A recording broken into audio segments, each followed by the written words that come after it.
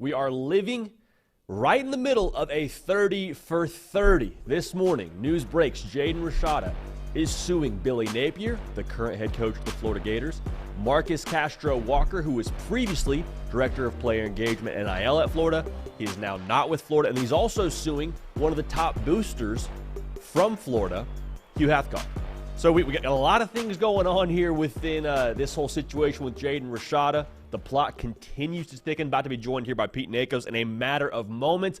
But welcome into the Hard Count. Catch your breath. We got a lot going on in the college football world. We got a lot to talk about on this show. It is Tuesday, May 21st, 2024, the last one on the face of the planet, and we are overwhelmingly grateful to have y'all a part of this operation right now. We're going to talk about the Jaden Rashada situation here, as I mentioned, in a couple of minutes here. We also asked y'all on Twitter, I said, hey, what are some of the great unknowns when it comes to the college football landscape in 2024? And we got great unknowns about Oklahoma. We got great unknowns about Kalen Deboer in Alabama.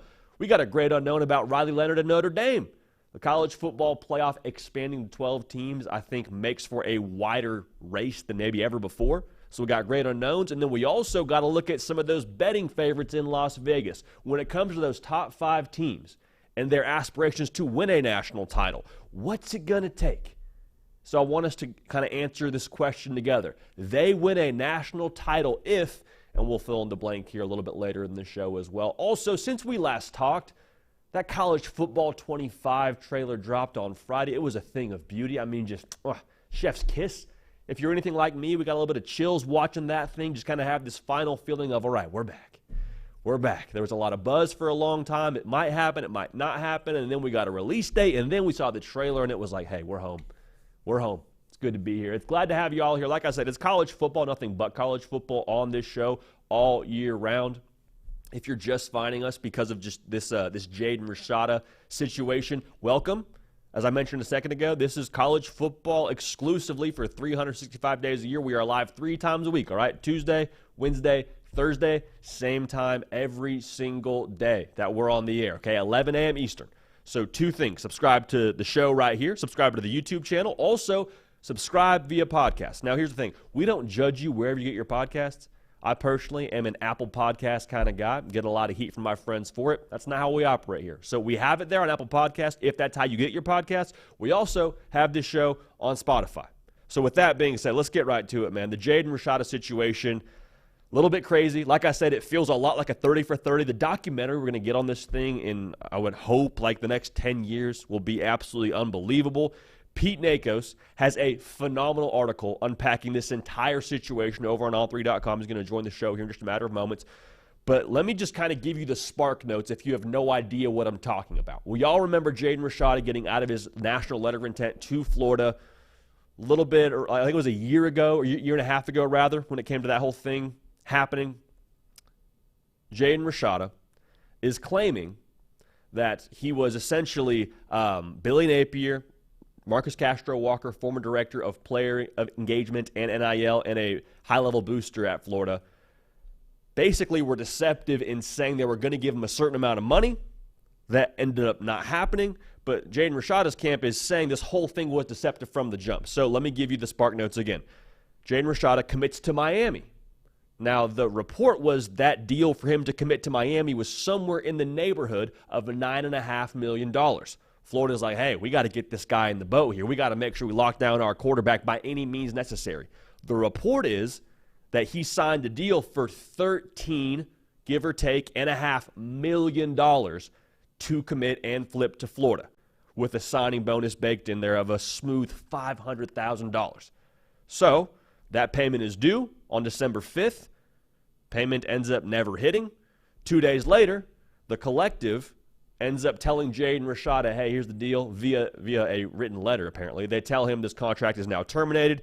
Get to National Signing Day. There's still no payment. Jaden Rashada's holding out on signing day, and we're kind of all sitting here as we are watching the letters of intent roll in, and we're still haven't heard anything from Jaden Rashada. Still no graphic from Florida football on Twitter saying, yep, Jaden Rashada signed, sealed, delivered, he's there. Eventually he does sign his letter, but what was going on behind closed doors is Jaden Rashada's like, hey, I haven't seen any money. What's the deal here? And the way that this report reads is that Billy Napier spoke to Jaden Rashada allegedly and said, hey, our alumni, our boosters, they're good for it. We're going to get you $1 million. And eventually that, didn't happen. So the whole thing sort of fell apart from there, and we kind of arrived at where we are currently with Jaden Rashada getting out of his letter of intent. He then goes to Arizona State. He's now transferred to Georgia, and it's a little bit funny how this whole script reads now that he's at Georgia and he's suing individuals that are involved with the rival school of the Florida Gators. So again, this article, I just gave you the Spark Notes version very loosely, very broadly. The full in-depth article is over at on3.com from Pete Nakos, doing the Lord's work on this whole thing. So we got the article there, but also let's bring on the man who actually wrote the freaking article, who's been ahead of this thing really since the jump. That is Portal Pete, but, he's more than just the portal. He's Pete Nakos covering all things college sports. Pete, this was a bombshell this morning, man. How did I do on the Spark Notes there? Anything I missed in terms of bringing us up to speed on this whole situation with Jaden Rashada now suing 3 individuals more or less involved with Florida? I thought you did a killer job on the Spark Notes, JD. But just some broad strokes that I wanted to mention right off the bat is this is really an unprecedented moment, you could say, in college sports in terms of an athlete suing a head football coach at a major SEC school over a disputed NIL contract. And really what this is going to end up boiling down to when it comes to Billy Napier, and I know that's where a lot of the interest is that National Signing Day, December 21, I believe, 2022. The lawsuit lays out that there are some reassurances that if Jaden Rashada signed with Florida, he would receive $1 million. And there were some reassurances of that through text messages. Supposedly, we don't see any text messages or anything like that.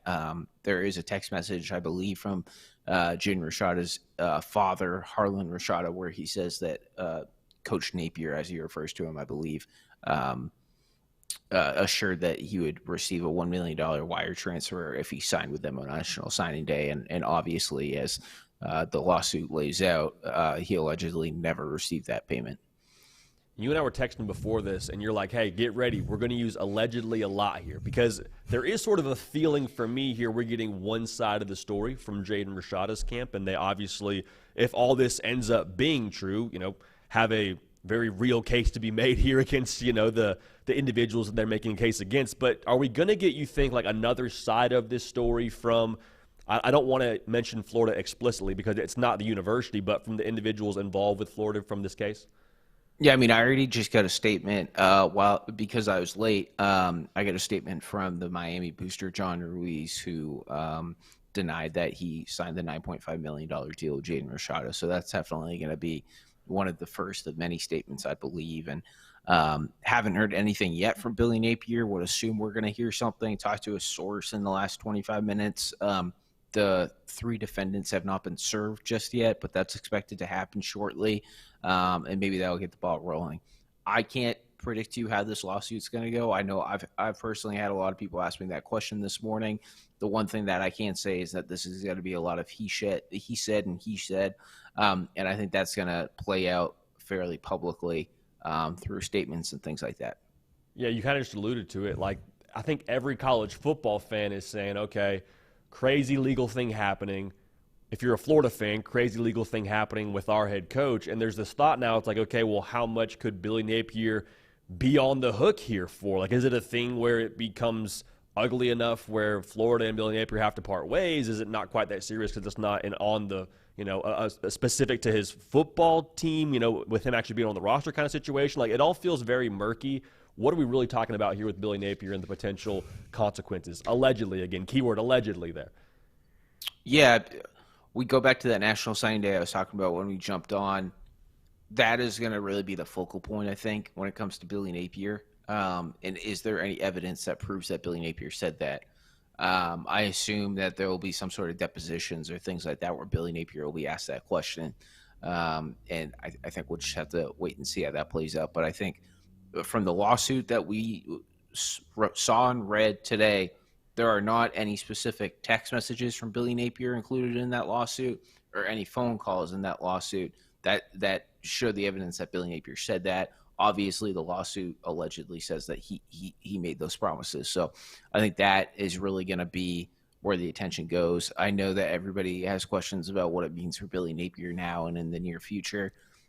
I don't have that answer. What I will say is what I wrote in the article, that it is a pivotal year for Billy Napier at Florida. We all know that. That's not a secret. And I guess we have to see how this plays out. This Jaden Rashada thing has definitely been kind of hanging over Florida now, though, for about 13 months. I think that's fair to say, and we've known about it. I've known that this lawsuit has been in the works now for almost a year, actually more than a year. I mean, they wanted to file this before he ever actually landed at Arizona State, but took some time, and now here we are. The other thing that's really interesting to me, JD, is Hugh Hathcock's company, Velocity Automotive, is mentioned in this. Some legal jargon here, but he's actually sold that company from now on. Andy Staples made a good point on today's show that we did real quick, that adding Velocity to the lawsuit could maybe point that they're hoping to get to a settlement, because obviously Velocity's in new hands and probably doesn't want to be dragged through this. But the way the contract was initially set up with the Florida-centric NIL collective, the Gator Collective, was Hathcock was going to pay wire transfer some money from his Gator Guard Collective and also this automotive company. So that's kind of why that company is tied into all this. There's so many moving pieces, and it feels like we don't even have all the pieces just yet from the other side of things. What is the next step in this story, Pete? Is it depositions? Is it statements? Like, what's the next thing we can look for here in this whole saga? The most immediate thing we're going to see is statements from the defendants at some point. I can't tell you when it's going to happen. I can tell you that we have attempted to get in contact with Billy Napier and his agent, Jimmy Sexton. We've also reached out to the Florida Athletic Department, Marcus Castro Walker, and I mean, that's where we're at right now. There's also another person mentioned in the lawsuit, Jen Grosso, who helped craft the contract through the Gator Collective, and I know Andy Staples has been in contact with her as well. So trying the best we can to try to gather some comments and see where we move from here. But past the statement, the barrage of statements we're about to go through, I would imagine the next 72 hours, I think they're going to have to hire attorneys, and then we're obviously going to have start seeing some court dates probably show up on the docket. I imagine a few things that were mentioned in this lawsuit, the defendants will want dismissed and things like that, and that's really when the ball will start getting rolling. And I want to go back to something you said in your previous answer. This has been a long time coming, because I think the average college football fan will see, okay, Georgia quarterback is suing current head coach at Florida. Must be a thing where the dogs has something to do with this. But it was like, no, hey, he was trying to get this done before he even got to Arizona State. That's accurate? That is accurate, yeah. I mean, it's all out in the open now, right? He's being represented by Rusty Hardin, who has represented a slew of really prominent athletes, including like Deshaun Watson, Roger Clemens, Warren Moon. Rusty Hardin has been involved in all this since about January 2023. So, yes, he has been involved, and this has been a long time coming. And obviously, this lawsuit also, when you read through it, I mean, there's a lot of little bits and pieces of evidence that definitely, right, you don't just kind of come up with one day. I mean, that's going to take a while to comb through text messages and things like that.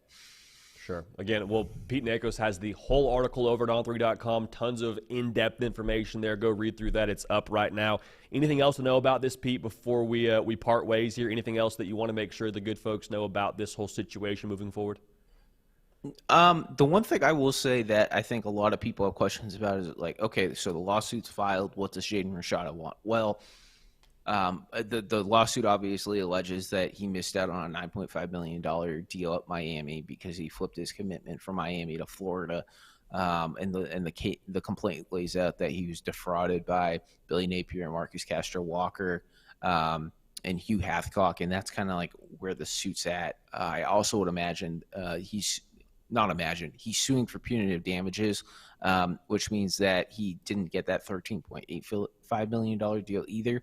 So he's obviously looking for a financial payment at some point, whether that is through a settlement or through a jury or a bench trial. Great stuff. Again, Pete Nakos. The lower third says transfer portal insider. That's one of the many hats my guy wears, okay? College sports, business, NIL, all of it. He's got you covered, Pete. Great stuff, man. Again, go check out the article if you haven't already. We'll do this again soon. I'm sure we have more layers to this coming, man. So we appreciate you making time. You bet. Thanks so much, JD. Again, Pete Nakos, best in the game, man. Best in the game. Glad he's on our team. I'll say that. I'm glad he's on our team. Things are kind of crazy right now, man. It's a crazy world in college sports. So I wanted to make sure we had Pete Nakos on first to kind of unpack the fundamentals of that whole situation, because there's a lot of legal jargon there, right? There's a lot of specific things around who said what, and Jaden Rashada is alleging this, and a lot of things that are out in the open there that I wanted Pete to kind of unpack for us. But I also want us to just kind of unpack this from a college football perspective, because I think that's what we operate here on this show. That's kind of the business that we're in. If you're a Florida fan, I want to start there. You're thinking this is the last thing that we need. This is the last thing that we need, because there was already this feeling going into the season of everybody versus Florida, Florida versus the timeline. You got former head coaches and Steve Spurrier saying that he wishes things were more tidy under Billy Napier. You got Princely Umanmielen transferring to another school within your conference, talking about the development that he's getting at Ole Miss that he wasn't getting at Florida. Like, there's just been this consistent just punching bag that Florida has been in the news over the course of this past offseason. And then you put on top of that the fact that it is a pivotal year for Billy Napier, and they do have a schedule that resembles the Hunger Games. And so all these things are adding up to where you're just like, golly, man, can we just get to the season? And this is something that has nothing to do even with what's going on the field at Florida. This is something that happened from a recruiting and NIL perspective. And so Billy Napier, man, like, this is just more ammo to the folks that are not fans of his. This is another opportunity for them to throw shade and another opportunity for them to try and make a move to make moves at that head coaching spot if that's not the guy that you want running the show. Now, that's the college football point of things if you're a Florida fan. If you're Jaden Rashada, personally, like, if what he is alleging is true, and that's a very big if, I want us to make sure we say that. If what he's saying is true and all those things end up being factual, it's hard to blame the guy. There's nothing negative you can say about Jaden Rashada in this situation. And I think that the first thing that people will object to with this whole thing around Jaden Rashada is, well, the kid's money hungry. The kid's just out here to make a quick buck. $13.85 million. You really need that kind of money as a high school senior? And I'm sitting here saying, yeah, that's a ridiculous amount of money, but if I signed a document that you're going to pay me that amount of money, then what's the problem here? Jaden Rashada is not at fault here. Whoever is at fault is who didn't allow this whole thing to go through or didn't carry through on their responsibility to get this money to my guy. You messed with my guy's life. That's really what it comes down to. You messed with Jaden Rashada's life, because if it were going to be somewhere in the neighborhood of that $9.5 million to go to Miami, that's life-changing money. Okay, that is life-changing. You live differently every single day from there on out with that kind of money, if that's what you make when you go to another school. And so to now have a very different reality at an NIL standpoint, you feel for Jaden Rashada. You feel for Jaden Rashada. And I think as a player, like we said this whenever he transferred to Arizona State, I just want us to be at a point in the college football public where when we talk about Jaden Rashada, we talk about him as a player. Because right now you hear Jaden Rashada and your mind goes immediately to this whole situation around Florida and the very public NIL breakup they had over his letter of intent. And you think about that whole disaster. Guy's still a really good football player. He was a 4-star out of high school. He's got a really talented arm. Like, this dude can be something at the collegiate ranks if he's able to just get this behind him. So you hate this is now more headlines for him, more headlines around this situation. But at the same time, you're like, that's not a small dollar figure that you were promised, allegedly. So we'll see how this whole thing plays out. We want to, again, not speak too quickly or hammer anybody too quickly. But when we talk about the whole thing around Billy Napier, I think that's where this whole situation gets very interesting. Because I'm really not sure what to make of the responsibility you allocate to Billy Napier. Because on one hand, I'm like, NIL is a new thing for the most part, especially when this whole situation went down. If you're the head coach, are you really dealing specifically in the exact amounts and the contracts and all those things that players are potentially getting? I'd have to imagine not. But at the same time, if you're the head coach of your organization, you are the CEO. You are in charge of everything. And when you have that kind of responsibility, everything that doesn't go right also falls on your shoulders as well. And so even if Billy Napier didn't execute the contract or didn't have this master plan to try and mess with Jaden Rashada and deceive him, which I would, again, just personally believe that will be the statement that he comes out and makes, that there are parts of this story that are false. Whether they are or not, that's, I believe, what's going to be the statement. It's still something that falls on you as a head coach. So does it have anything to do with what happens on Saturdays and how you are as a play caller and how you are when you put your roster together? No, it doesn't have anything to do with that. But I do think the responsibility, when you wear that head coach name tag, stuff like this falls on your plate.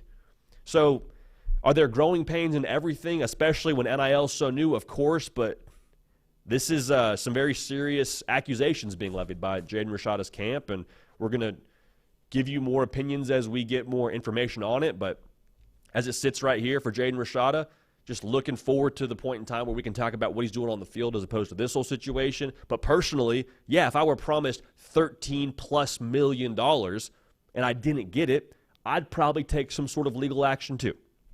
It is what it is. It is what it is. But if you're a Florida fan, you're like, golly, can we just get to game 1 against Miami? Can we just start talking about what's going on the football field? Because we don't need any more off-season headlines when it comes to what we got going on out there in Gainesville. But the show goes on. The show goes on. And this show goes on as it does always on Tuesday, Wednesday, and Thursday at 11 a.m. Eastern. Currently doing our Tuesday show, so we're glad to have you all a part of this.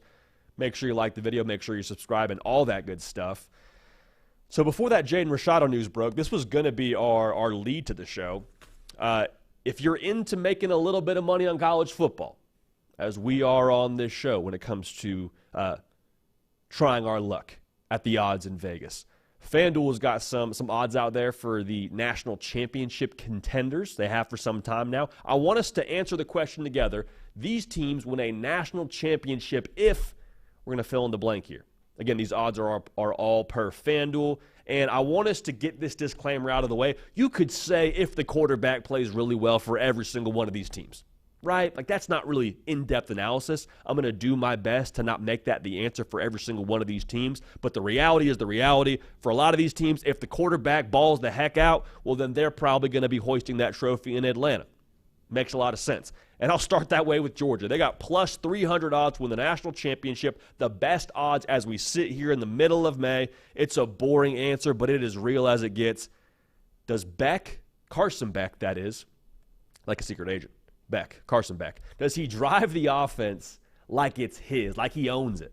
Because last season, it felt a little bit like he was driving it like a rental. And that's not to say that he didn't push the ball downfield at times. Not to say that he didn't operate the offense effectively. They scored darn near 40 points a game. But there were times where you're like, hey, can we unhitch the wagon a little bit more? Can we have a little bit more explosivity? And some of that's like, hey, first year being a starting quarterback. Yeah, makes a lot of sense why you're going to kind of ease him into it from a Georgia point of things and from a Carson Beck point of things. But last year, the differentiating factors, the ace of spades, if you will, up their sleeve, it was Brock Bowers when he was healthy, and it was Ladd McConkey. You don't have either of those players anymore. You don't. Like the ace of spades, when it gets to the fourth quarter and you are down by 3 and you need to have some big plays, yeah, you're looking for your skill players to make something happen for you, of course. You're looking at Dominic Lovett, of course. But I think this season more than last season, you're looking at 15 and saying, all right, brother, make a play for us. Need you to make a play for us. Need you to be the answer for us in these key situations. When money is down, we need you to be our answer for us. And I think Carson Beck is good enough to do that. The thing this reminds me of a lot, quite honestly, if you're a Georgia fan, you may or may not appreciate this comparison. I think Carson Beck is much better than Stetson Bennett was, just from a physical gifting standpoint and from how he did his first year as a starter. But Stetson Bennett, during that second national title run in Athens, you saw a very noticeably different product from number 13. You saw a different swagger. You saw a different composure. You saw a different way that he was playing football out there. And I think for Carson Beck, that has to be the same kind of jump that he makes. Not saying we need to see him playing the same kind of football that Stetson Bennett played, very different brands of ball, but I do think with all that you lost that year after the national title, when Stetson Bennett was playing quarterback for you on the defensive side of the ball, lost a lot to the draft, you still lose a lot this upcoming season, too, from a skill perspective with Brock Bowers and Ladd McConkey, as I just mentioned, in addition to some other defensive pieces. So bottom line, Carson Beck, it's a boring answer, but it's the real answer. If he goes nuts this upcoming season and he starts whipping that Georgia offense, Georgia's going to win a national title. They got too much firepower across the board on defense and other really good weapons for him in addition to that. Now, the second best odds in the country are Ohio State, sitting there at plus 450 to win the whole darn thing. And Will Howard's getting a lot of heat right now, y'all. Will Howard has just been a punchline for a lot of folks at different Big Ten schools on social media. He's Kyle McCord 2.0, which we did a whole segment on. I'm not going to rehash that. They win a national championship if Will Howard plays at a top-tier level in the top-tier kind of games. Because last year, Kyle McCord, as much heat as he got, he wasn't a bad quarterback.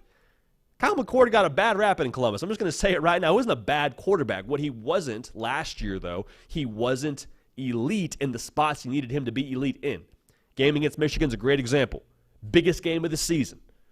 With a chance to go play for the Big Ten title and ultimately have a chance to go to the college football playoff on the line, my guy goes 18 for 30, 2 touchdowns, 2 picks. JD, Michigan's a really freaking good defense. I know. I understand that. But guess what? You still got to go through them to win a national title. That's still the expectation and the standard in Columbus. Game against Notre Dame, which they won, by the way. Massive stage. Notre Dame was a really good defense last year as well. 21 for 37 for a 57% completion percentage. No touchdown, no picks. Game against Penn State, he was a little bit better. I think his stat line maybe looked a little bit inflated than how he played in that game. The thing I'm trying to say here is Will Howard in the games where you circle before the season even starts, Michigan, Oregon, at Penn State, I need him to be the differentiating factor. I need him to be the change agent for us. Like, I can't have you go 18 for 30 and throw 2 picks against Michigan. That's not going to win. It's just not. We can't win in spite of you. We have to win because of you. And there's a lot of pieces at Ohio State to get it done. The defense we talk about ad nauseum on this show, they're going to be incredible. All right, I'll just say it. They're going to be incredible. Got one of the best, if not the best, backfield in the entire country. One of the best, if not the best, wide receiver units in the country, so on and so forth. Like, they're going to be really freaking good. But Will Howard has got to bring it in those spots where the roster talent level is a little bit more comparable. Texas at plus 750. How about Texas? Sitting there in the 3 spot for the best odds to win the national championship. Not going to talk about the quarterback here. That's obvious. Quinn Ewers got a ball. Wide receivers that they brought in via the portal got a ball. Goes without saying. Can they have a national title level trench play on the defensive side of the ball? Because I'll just say this, man. If you gave me this roster and you said, hey, good news, Byron Murphy, Devondre Sweat, don't know what happened, but they got to come back to school for a year, I'd say, well, Texas is going to be playing for a national championship because those are 2 All-American defensive tackles. Unfortunately, that's not the case. They're gone to the NFL. Second and third level of the defense will be improved from what it was a season ago. The offense, you bring back 74% production that scored 36 points a game. You bring back key transfers. You got the wizard of the 40 acres, Steve Sarkisian, running the show for you. Like, there's a lot built in here. But to win in the SEC, you have got to have the big human beings play at a very high level every single Saturday. That's just to win in the SEC. To win a national championship, you got to play at a top-tier level for the duration of now what's going to probably be a 16 to 17 game season. So if you want to get that done, I need big Alfred Collins to step up in a big way. I need the depth pieces on the defensive line to step up in a big way. Again, they're better at different spots in this defense than they were last year, so that'll kind of help, I think, compensate a little bit. But if you want to win the whole shebang, want to take home some hardware, bring them back to Austin, have a good time, I need that defensive line, not just to be good, I need them to be elite. I need them to be elite if you want to bring home some hardware. Oregon sitting at plus 850 for the 4th best odds to win the national championship. I struggled with this one for Oregon. You could talk a lot about the transfer pieces. That's obvious. Evan Stewart, Dylan Gabriel, Derek Harmon, Jabbar Muhammad. Those pieces have to gel. That's obvious. But you look at the roster, and we had Justin Hopkins from Scoop Duck, the Oregon On 3 site, on the show yesterday. And I asked him this exact same question. And I thought his answer was very thought-provoking and kind of helped me form my answer here. I don't see a lot of holes in this roster. I don't. Like, do you have the best player at every single position across the board? That's another discussion, but I probably would say no. But I think you have what you need. You have what you need. And so when you look at Oregon and what they are under Dan Lanning, and he had some help from what Mario Cristobal built there roster-wise, but when you look at what they are right now, they're in a very different stratosphere than those old Oregon teams were, where they would just win with speed and 3 stars and cool uniforms. Still got the cool uniforms, still got some speed. They got some real size on the trenches now. And I'll never forget Kirby Smart, his press conference after they played Oregon in Atlanta and just absolutely drug them. I mean, just absolutely took them to the woodshed. Kirby Smart said, we won that game because we had better players than them. Dan Lanning would never tell you that. I'm telling you that right now. I don't know that's the case anymore. And I'm not saying that Oregon has better players than Georgia. Please do not hear me incorrectly. What I'm saying is I think Oregon, from a roster talent level, is now in a different category than when Dan Lanning first took this job. I think they're now in striking distance to beat whoever they want to beat in college football. And so when that's the case, when you have comparable roster talents, to me, you look at the staff. You look at Dan Lanning. You look at Tosh Lapoy. You look at Will Stein. Like, there's all these different pieces of the staff that I think have to equip you to elevate in those moments, to win with scheme. And Dan Lanning's been a head coach for not that long. You got a roster now to go get it done. You know, I mean, like, this is it. You don't really have a ton of room to negotiate with the timeline. Like, the time is now if you're Oregon. Field is expanded. Your first year in the Big Ten. Like, let's go make something happen here for Oregon. So I think the staff being able to elevate them in those key games, especially October 12th against Ohio State, and then when they get to the Big Ten title and the college football playoff, all those things, that's going to be massive. It's going to be massive, and it makes a world of a difference when you talk about what Oregon's going to be long-term this upcoming season. That will be the difference when it comes to them winning or losing the national championship. Alabama at plus 1,300 odds have the 5th best odds to win the national title. The last thing we want to talk about here. The obvious here is Jalen Milroe and Kalen Deboer. That's got to be dynamite. There's no way around that. I think it's on the defense win a national title. I really do. The national champion since 2020 has not allowed more than 20 points a game. So if you're looking at the numbers, the prerequisite to bringing home that national title trophy, he's got to allow less than 20 points a game. Alabama has 33% production returning from last year's squad. I'm not telling you they're not talented because Nick Saban left that cupboard stocked, but there is, I think, a pretty big ask there for that defense to be able to step it up, be able to support the offense, and be able to, quite frankly, win some games for them in the SEC. When you play Georgia, they're going to score points. All right, like that's the reality across the SEC. When you play LSU, I believe they're going to score points.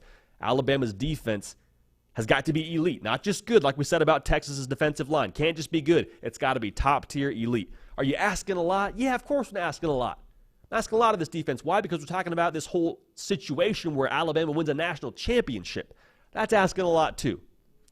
So it's on Kane Womack. It's on this defense, I believe, to ultimately win the whole deal, but it goes without saying you got to have support from the offense as well, which I think Kalen Deboer and Jalen Milroe will do really effectively.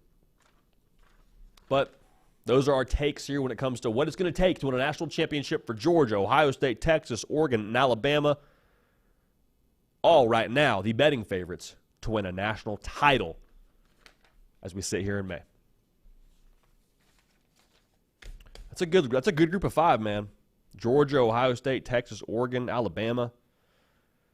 I feel like I'm missing one, but I'm not. All right, we'll keep on rolling.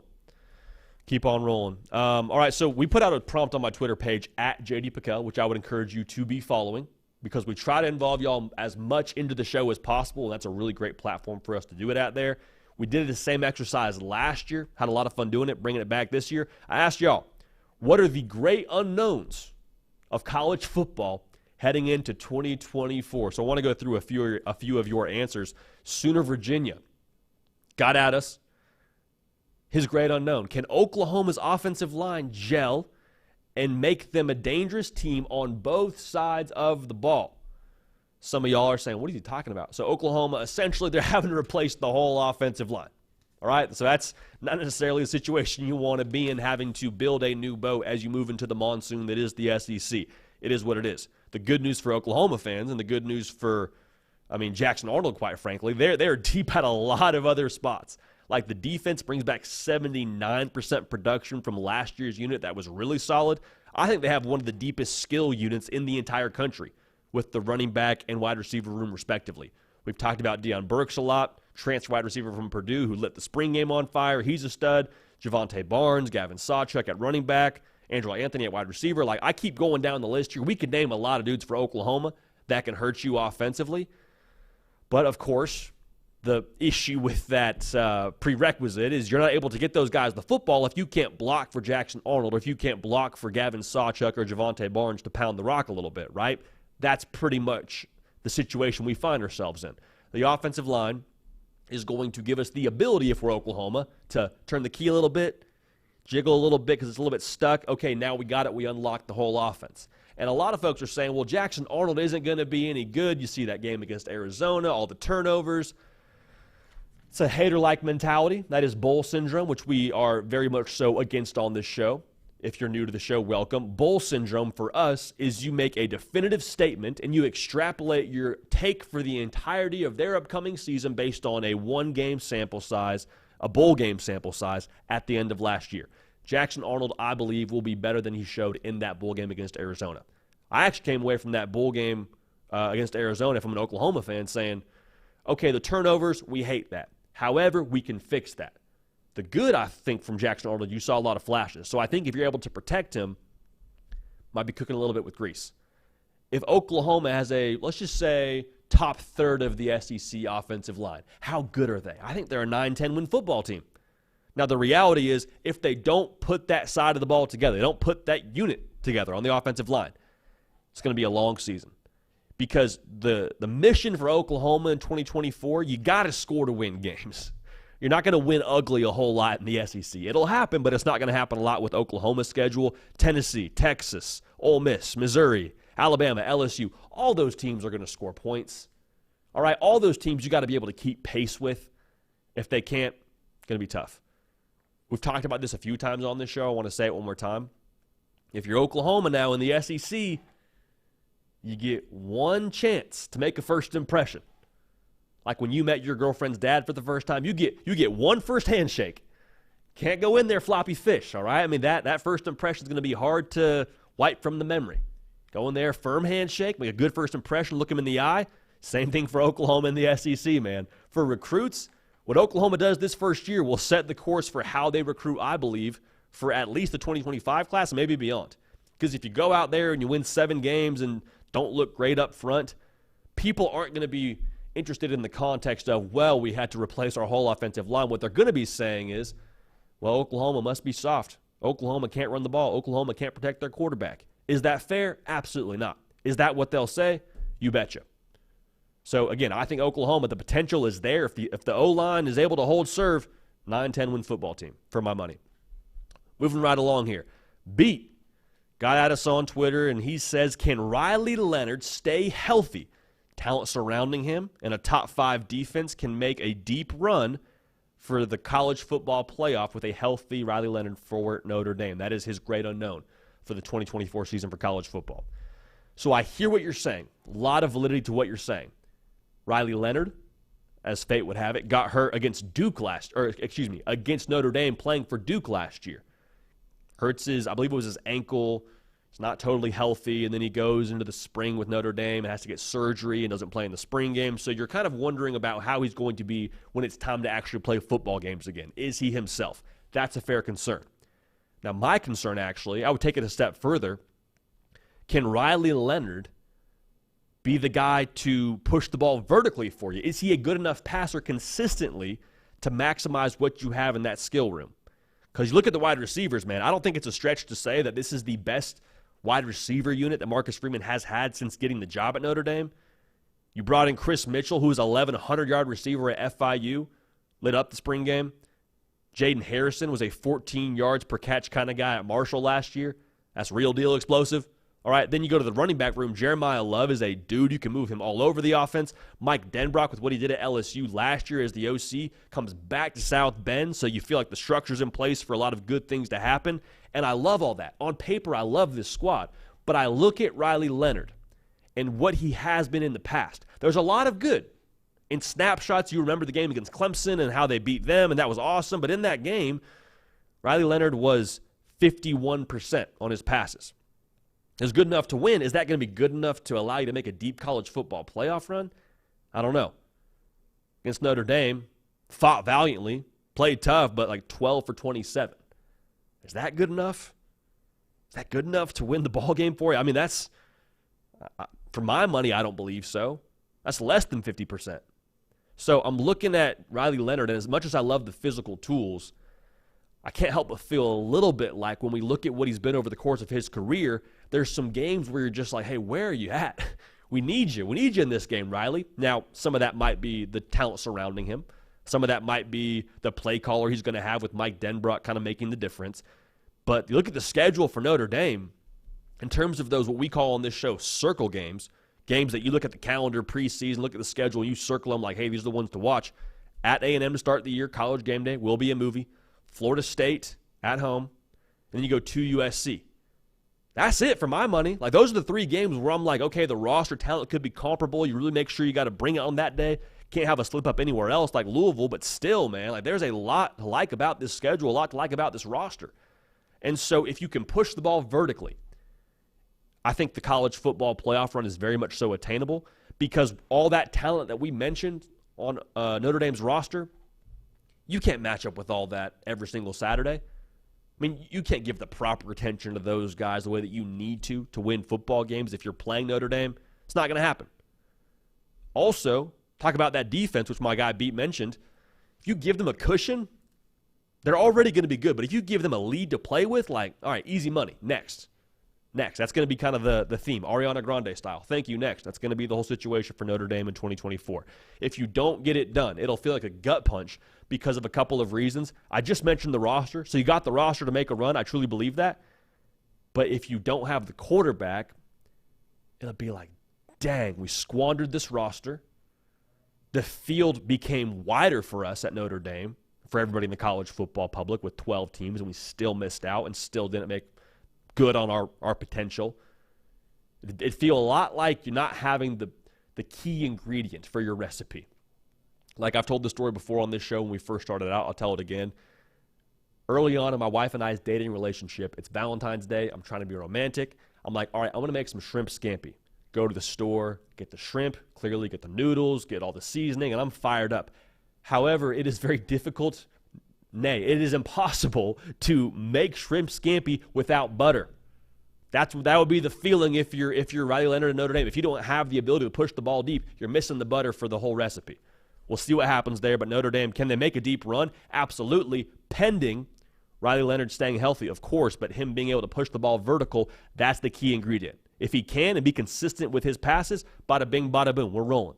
If not, then we're without butter, to put it simply. Last great unknown for the college football season in 2024, Josh Freeman hit us up and he said, how will Kalen Deboer handle the pressure of the Alabama job? That is his great unknown. Now, this is a pretty obvious, reason for asking this question. Kalen Deboer, man, God bless him, has had a meteoric rise in the college football public and throughout the coaching ranks. Was at Sioux Falls, was at Fresno State, gets the job at Washington, goes and plays for a national championship, and here's the keys to the Ferrari that is the football program in Tuscaloosa, Alabama. And by the way, you get those keys after the greatest head coach of all time in the sport had those keys. Best of luck. Like, the pressure externally is very, very obvious. Nick Saban left big shoes. The fan base expects a lot. It is what it is. It's tough to predict exactly how a human being is going to process pressure. Some people just kind of get a little bit bunched and start to overcompensate. They feel like they got to do X, Y, and Z more than what got them there. Now, Kalen Deboer, from getting to sit down with him when we went out to Tuscaloosa, Alabama, I get the feeling that he's not super worried with what Nick Saban did at Alabama. Does he respect it? Of course. Does he want to pick his brain? 100%. You'd be a fool not to. But we talked to him, and we kind of kept coming back to this sentiment and back to this theme of, I got to be me. Kalen Deboer's got to coach football the way that Kalen Deboer does. It's got to be a Kalen Deboer coached football team. And to be clear now, if you're an Alabama fan, you did not hire Kalen Deboer to do his best Nick Saban impersonation. You want the same results for sure, but you did not hire him to walk in there, wear the straw hat at practice, say program. Like, that's not going to be Kalen Deboer. Offense is going to look different. Defense is going to look different. Practice already looks different. We got music blaring. It feels a lot like the private school down the road just decided to not go with uniforms anymore. Everyone's like, is this okay? Are we allowed to do this? Yeah, you're allowed to do it. Kalen Deboer played for a national title last year with Washington. God bless Washington. It's the state that I was born in, but the reality is the ingredients you have at Alabama is going to be a lot better than what you had in Seattle, Washington. It is what it is now. So the factor for success, I believe, for Kalen Deboer, nothing to do with pressure. To me, I think Kalen Deboer and pressure to me is just another word for standard. Like, really, if you think about it, that's what it is. And as much as the standard is extremely high at Alabama, I promise you, Kalen Deboer and his standard is much higher.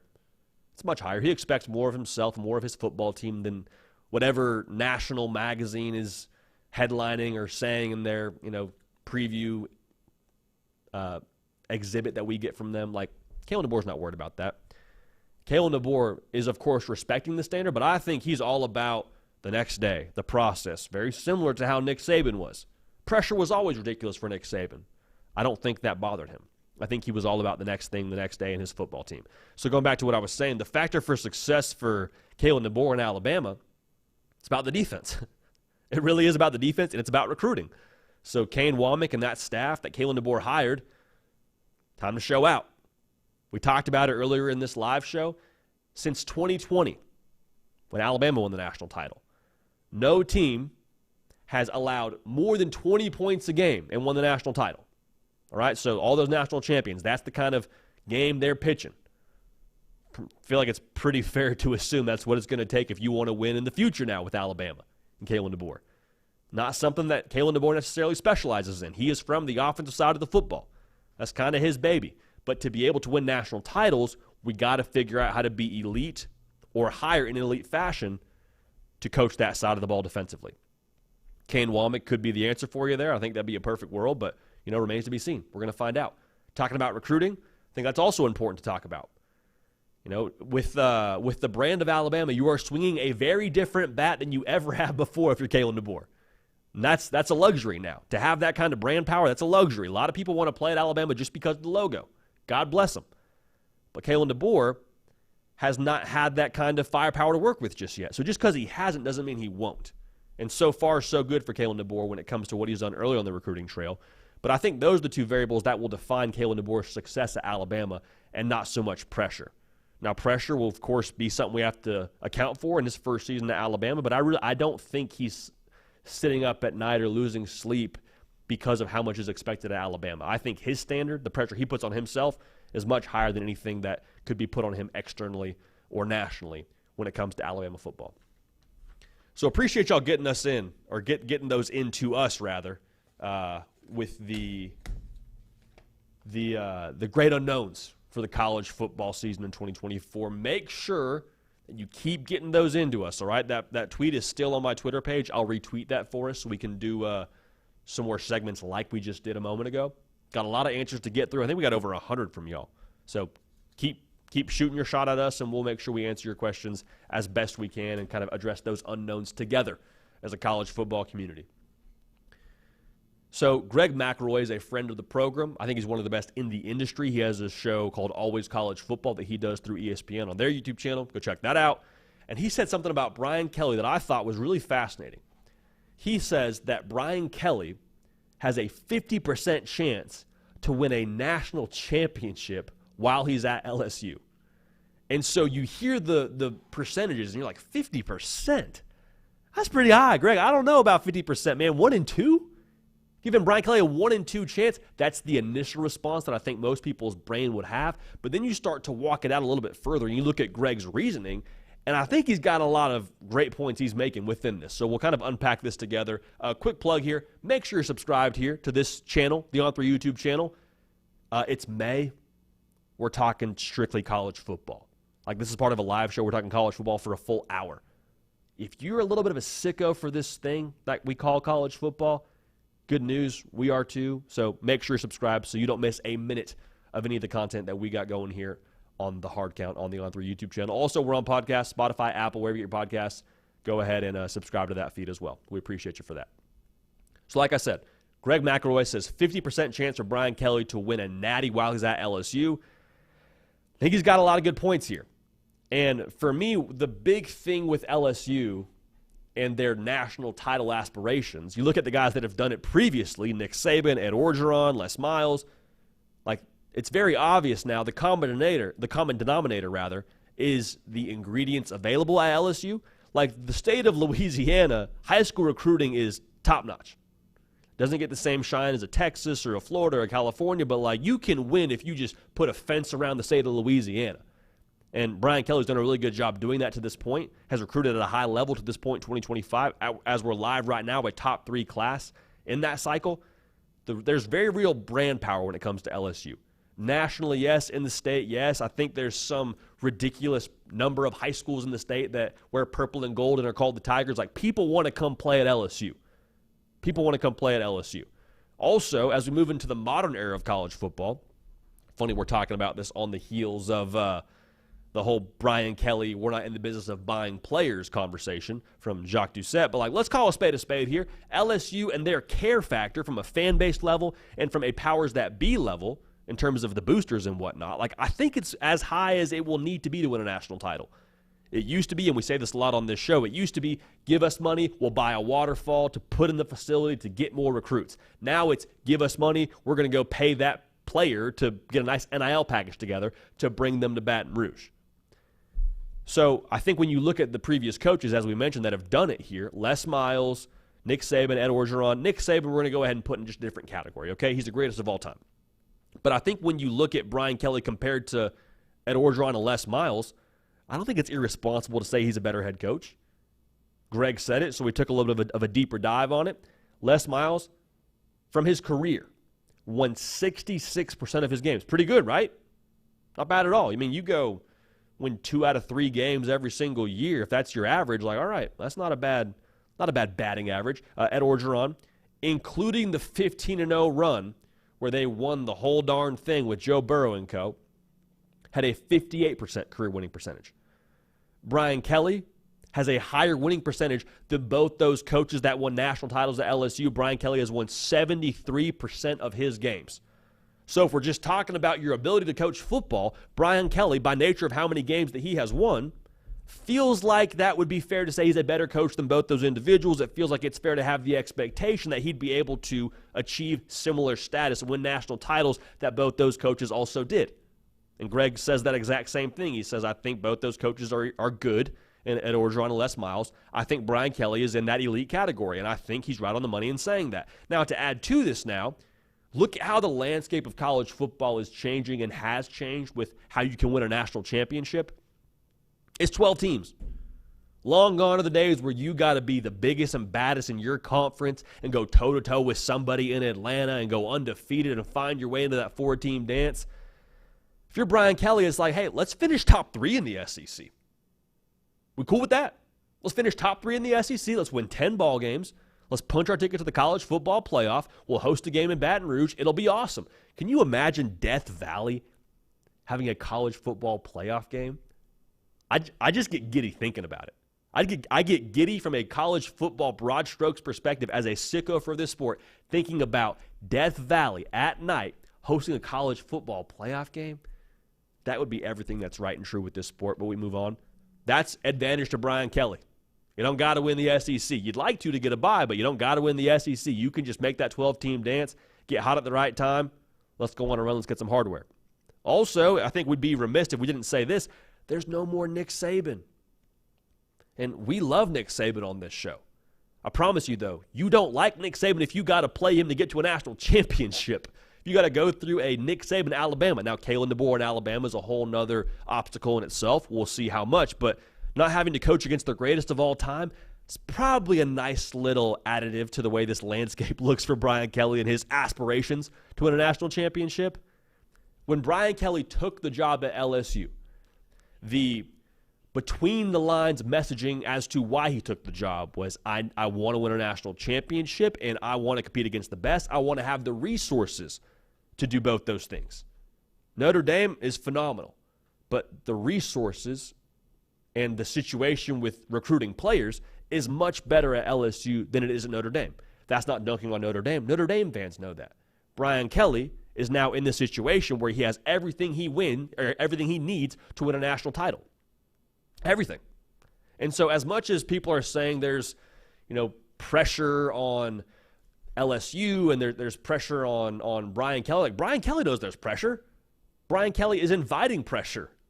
Brian Kelly came to LSU for the pressure. He wants all the smoke, man. I promise you. He's more than fine with that. Like, the fans expect national championships, no matter who the head coach is. Why? Because they have been proven to, on multiple occasions, it's possible. It's possible. Like, they have broken through whatever glass ceiling there was at one point in time for LSU winning national championships. Like Nick Saban, Les Miles, Ed Orgeron, they all just ran through that thing. Brian Kelly, I think, is a better coach than two of those three, and the other being the greatest of all time, to win national championships. It's more than possible. Now, here's the interesting thing that I think we need to consider. Talk a lot about the care factor. Talk a lot about how much NIL is playing a factor in teams winning national titles now. I have been told that LSU is really swinging a big bat when it comes to this 2025 recruiting class at the NIL level. They're more than willing to play ball. Here's the thing about success, man. It's addicting. You get a little taste of it. You're like, ooh, I like that. Ooh, hey, where do we find some more of that? If LSU ends up winning a national title in the near future, that's going to open the floodgates to the resources that could be available from the NIL level for Brian Kelly and for LSU. I'm just telling you, man, that would be the reality. Because it's one thing to sell someone a vision and say, hey, give us money, we'll go win you a national title. You can convince me to give you a few greenbacks if that's your pitch, but to actually go and win a national title, then come back to me and say, hey, you like this? I'm just nodding my head, just sort of dazed in enjoyment of winning a national title. You like this? Give us some more money. Keep enjoying it. At that point, I'm willing to stroke a check for you, bro. Like, at that point, like, we're rolling. At that point, you name how many zeros you want if I'm a deep-pocketed booster. Brian Kelly's 62 years old. 62 years old, man. I mean, I'm not saying that Brian Kelly could strap it up and go play tomorrow, but I am saying that he's probably got, 10 years left to coach college football? If he so chooses. I think 50% is a pretty strong number to give him. I'm not so sure that I wouldn't lean more towards like 70-75% for Brian Kelly to go win a national title at LSU. The field to get it done, expanding the field makes it more possible. No more Nick Saban. That's at least one boss level you don't have to play. They're recruiting at a high level. Coaches that did it before you, I don't believe are necessarily breathing the same air as you. I'm all in on it. If I'm LSU, I'm all in on Brian Kelly, and I think that it's a matter of time. I think it's a matter of when, not so much if, he wins a national title in Baton Rouge. So we're in lockstep there with Greg McElroy, again, friend of the program. We'll have to get him on here before we get out of here, before we get out of the offseason, if you will. But we'll keep a good thing rolling here. All right, so get in your questions to the live chat. We have time for 3 of those. All right, 3 of them. 3. If you're watching live, I got 3 fingers up for you. Got time for 3 of those. Get them in right now. Nick Brake's going to pick the very best, and we'll go from there. Before we get to that, though, we haven't been together in a live capacity since the College Football 25 trailer dropped on Friday. And if you watched this and you're anything like me, this gave you some chills because you're watching the countdown. They premiered it on the YouTube channel, and you saw the overarching shots of the stadium and the crowd, and you saw the gameplay. And it was one thing, too, where it's like we weren't always sure this was going to happen.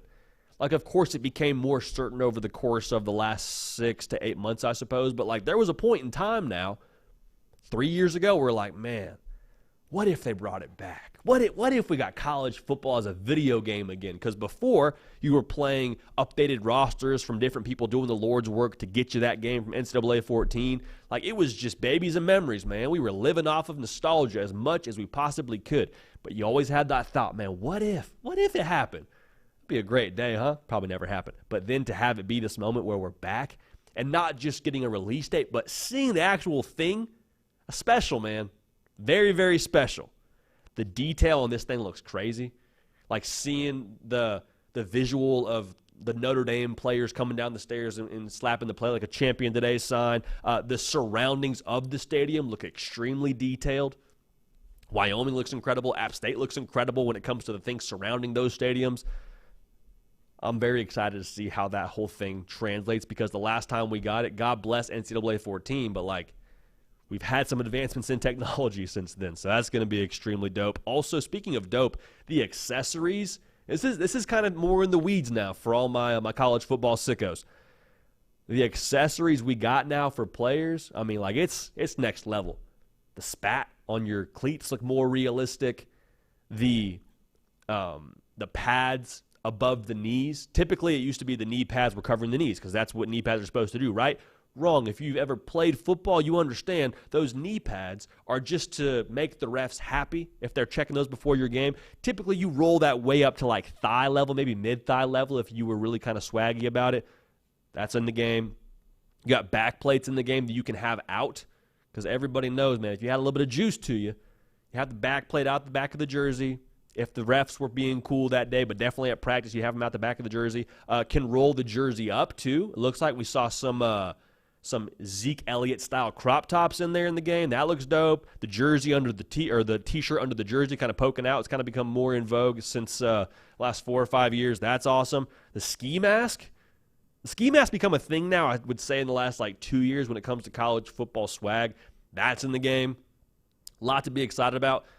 When I get this game, first thing I'm doing, I'm going right to Road to Glory, and I'm going on a run because the portal is now a thing. It sounds like GPA is a thing you got to account for if you're playing in that game. NIL is a thing. So all those facets of the game are very different than when we first had this game, or last had this game, rather, NCAA 14. Definitely than when we first had this game. I'll tell you that right now. It's going to be a lot of fun. So let me know what y'all are doing as soon as you get this game, and we'll have a good time together counting down the days till we get it and unpacking different things about it as we get more and more information. But the good news is we're back. The trailer looks incredible. It's going to be a lot of fun. It's going to be a lot of fun, man. And one other thing that's a lot of fun, too, is hearing from y'all in the live chat, which we're going to do right now. Nick Brake joining the show. Big Brake. How we doing, baby? How we doing? You living okay? Yeah. Hey, JD, shout out The Truth, who was talking about injury history playing and just in real life. Says he's torn 2 Achilles, the ACL 4 times, and survived cancer 3 years ago. It was stage 3 cancer 3 years ago today. Had surgery. So shout out to The Truth. That's massive. Good stuff. Congratulations, Truth, man. We're proud of you. That's massive. Thanks for sharing that. That's very cool, man. Very cool. Very cool. Big time by The Truth. A frequent viewer too. Like he's not a easy come, easy go. Like he's locked in. He's locked in to start the show as well. So we appreciate The Truth, and congratulations, man. That's big time. Massive milestone. Yep. So Willie T says, JD, is there a better spot in the 12-team playoff than being the number 5 seed? Kind of an interesting question. So I guess the thought is, if you're the number 5 seed, let's just assume here you probably lost the SEC championship, so you just played it in an extra game in the regular season, and then you go and play the 12 seed, which I suppose is an advantage because you probably play the G5 team. I don't know if it's the best spot. I'd still rather have a bye. I'm not so sure that being in that number 7 spot isn't advantageous because you still 7's actually kind of tricky because you probably still play a pretty good team that first round. Opponent-wise, yes, but in terms of the pounding your roster takes, it'd be nice to host a college football playoff game, but playing in that conference title game and then having to turn around and play again, that's tough. That's very, very tough. Yeah, absolutely. Next question coming from Jared says, JD, does an early loss like the 2014 loss Ohio State suffered to Virginia Tech help when it comes to the committee or hurt? I think so. I don't think you want to ever lose is the obvious part there. I do think recency bias is very real. Very, very real. We can say it as much as we want that all losses are the same or all losses, the timing of them are the same. I do think if you lose, you want to lose in September. You lose in November, it's still human beings in that room. It's not just a computer kind of giving you your score. It is human beings that have a tough time forgetting what they just saw the better part of a month ago. So I think that there's something to that. Yeah, I don't know how it's going to look in this 12-team playoff because we're going to have 2 lost teams and who the heck knows, maybe 3 lost teams certain years. But I think you do want to lose if you're going to lose sooner and have them close and have them to a good team and give yourself a chance to kind of make up some ground as you climb back into the whole thing during the regular season. Okay. JD, before I ask the last question, Aaron Elliott, Acrylic, everyone who I didn't ask a question about today, come back tomorrow. I really like those two questions I just saw, but I'm going to ask Ferris Khan's question because it's a little bit more timely. Asked, will the EA College Football 25 game make us all smarter about our teams in terms of schemes, preparations, and will I see jump around with the music rights taken care of? Ooh. See, I don't know. I hope so. I'm going to say if you don't see Jump Around, I think you'll see a version of Jump Around. Maybe not like the actual song, but I think they'll have something to kind of resemble that if you're a Wisconsin fan. Seems like a lot of detail. Nick, we haven't addressed this. Ferris Khan, relation to Noah Khan? What do we think? A little stick season action? Are you a Noah Khan guy?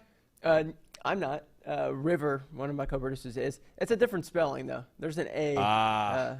It's okay. Kahan, I guess, but it's pronounced Khan. Okay. But perhaps they could be. Maybe it's just shorthand. Yeah, we'll have to get back to that. So this is actually a very good question. I'm glad that you asked this one, Nick. So I'll be very transparent with y'all. I have not owned a gaming console since the last time college football as a video game came out. So if you're doing the math there, it's a PS3. They're not making this game for PS3. So a lot's changed in my life since then. I was like a sophomore in high school when that dropped. I'm now a married man. So being married means that I don't get to make necessarily all the independent decisions on, larger purchases like a gaming console that's, north of $400 or $500.